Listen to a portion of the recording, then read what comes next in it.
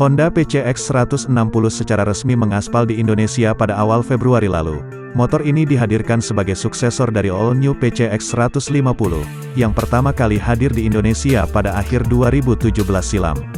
Kami sempat melakukan first ride Honda PCX 160 saat motor ini baru diluncurkan, tapi saat itu pengetesannya hanya dilakukan di area yang terbatas dan waktu yang sebentar.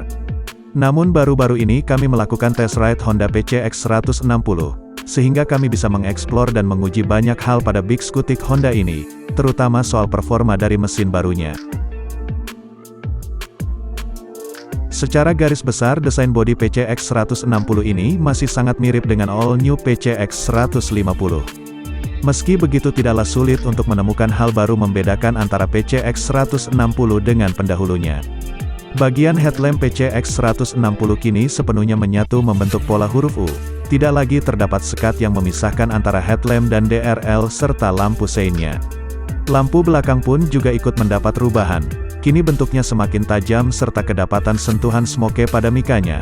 Semua hal itu membuat PCX 160 jadi tidak hanya tampak sporty, tapi juga lebih elegan jika dilihat dari belakang.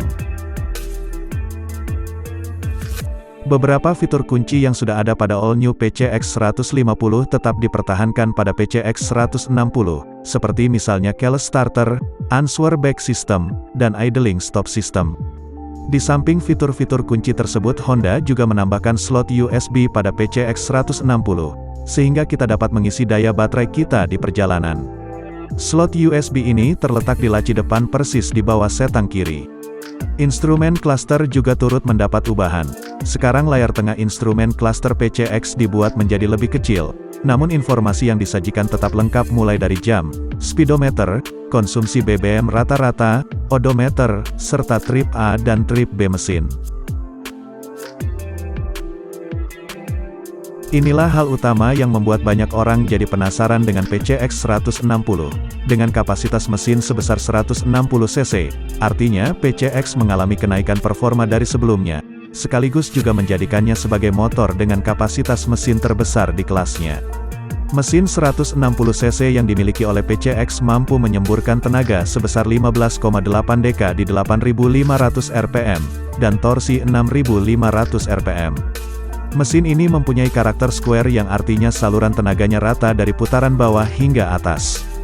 Bukan cuma karena performa mesinnya yang mumpuni, mengendarai PCX 160 juga kian mengasyikkan karena motor ini punya handling yang akurat dan mudah untuk dikendalikan.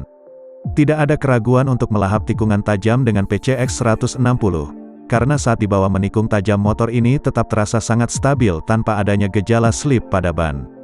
Kestabilan baik yang dihasilkan PCX 160 saat dibawa menikung tajam dihasilkan dari bobot motor yang tidak berat, tapak ban yang lebar, serta kinerja suspensi yang mumpuni.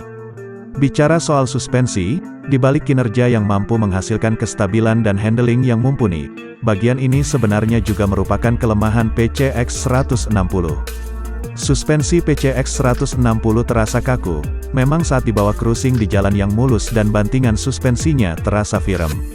Tapi saat kita melewati speed bump, atau jalan yang jelek dan berlubang barulah terasa kakunya suspensi PCX 160. Guncangan yang dihasilkan saat melewati speed bump dan jalan berlubang, bisa kita rasakan dengan jelas terutama jika kita berkendara sendirian. Tapi saat kami membonceng penumpang yang berat badannya di atas 60 kg, kinerja suspensinya jadi lebih nyaman walau memang perbedaannya tidak sampai sangat signifikan.